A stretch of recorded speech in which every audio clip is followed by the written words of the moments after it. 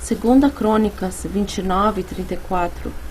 Eram, porém, os sacerdotes muito poucos, e não podiam esfolar a todos os holocaustos, pelo que seus irmãos, os levitas, os ajudaram, até a obra se acabar, e até os outros sacerdotes se santificaram, porque os levitas foram mais retos de coração para se santificarem do que os sacerdotes.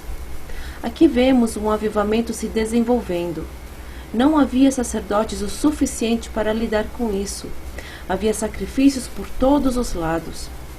Pastores, mestres, preparem o povo, pois eles farão a obra. Vocês devem ensiná-los, prepará-los para o que há de vir.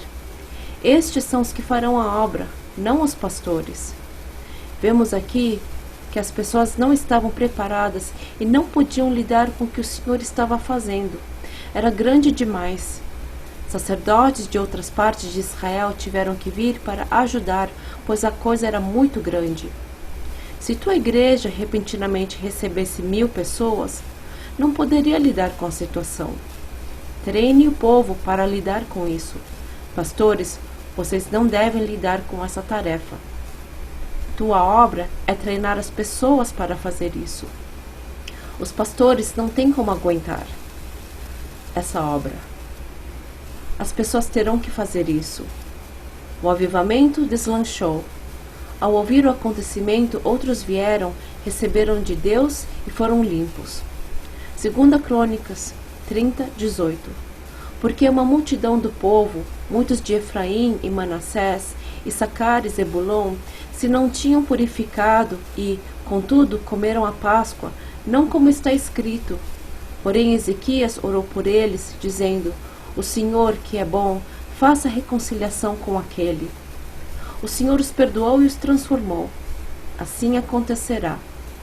Um grupo deslanchou o mover de Deus no templo. Foi algo que começou pequeno, só haviam sacerdotes para lidar com a situação, e a glória do Senhor começou a vir, mas de repente a coisa rompeu. Esse é o modo de Deus. A coisa romperá em vários lugares por todo o mundo.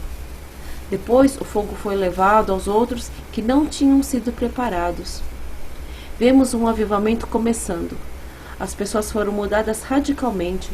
No entanto, vemos muitos cristãos lá fora que ainda não foram mudados, que não faziam parte desse avivamento, do que Deus estava fazendo. Assim, eles levaram esse fogo àqueles que ainda não tinham sido preparados, os quais receberam a mesma limpeza e fogo divinos.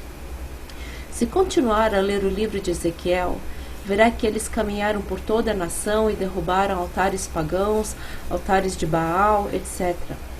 Guerra espiritual, toda a nação foi alcançada, mas tudo começou em um lugar. A igreja fará isso antes do retorno do Senhor, mas antes ele tem que nos preparar para isso. Primeiro temos que passar individualmente pela intervenção, antes disso acontecer. Jesus limpou o templo 2 vezes. A primeira vez está mencionada em João 2, no início do seu ministério na terra, e a segunda em Mateus 31, no final deste. Isso é algo profético. Ele limpou a igreja primitiva bíblica e agora limpará a igreja do final dos tempos. Ele fará isso novamente. É algo interessante. Na primeira vez que fez isso, ele lidou com os negociantes no templo. João 2, 13 e 16. Estava próxima a Páscoa dos judeus e Jesus subiu a Jerusalém. E achou no templo os que vendiam bois e ovelhas e pombos e os cambiadores assentados. E, tendo feito um azorrague de cordéis, lançou todos fora do templo, bem como os bois e ovelhas, e espalhou o dinheiro dos cambiadores e derribou as mesas, e disse aos que vendiam pombos: Tirai daqui estes, e não façais da casa de meu pai casa de vendas.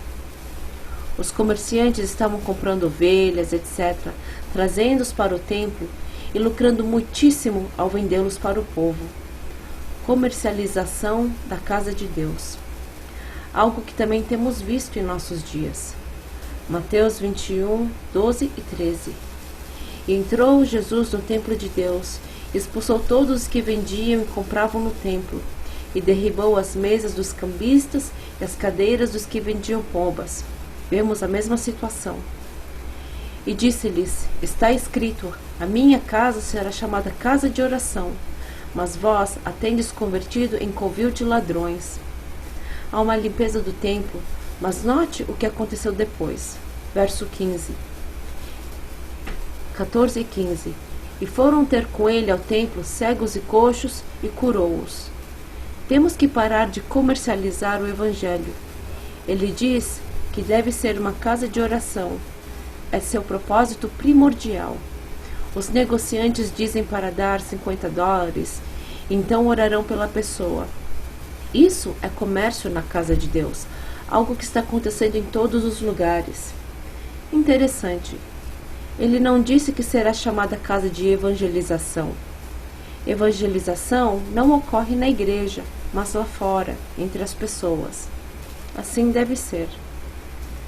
E assim sempre foi. Veremos a maior seara que o mundo já viu. Haverá grandes cruzadas evangelísticas e milhões de cristãos levarão outros ao Senhor. As igrejas estarão muito ocupadas. Salmo 2:8. Pede-me, e eu te darei as nações por herança e os confins da terra por tua possessão. Ele diz para simplesmente pedi-lo. O Senhor transformará a igreja em um mover do Espírito Santo, mas o Senhor está prestes a limpar o templo novamente. A maioria dos avivamentos passados foram bons, mas aconteceram no nível do átrio. No entanto, as coisas mudarão, pois o avivamento que há de vir procederá do Santíssimo Lugar e virá com fogo, limpeza, glória. Poucos estão no nível do Santo dos Santos, mas as coisas estão para mudar. Teu corpo é o templo do Espírito Santo. O que fazer? Busque a Deus, esteja sedento. Ele virá repentinamente ao templo daqueles que o buscam.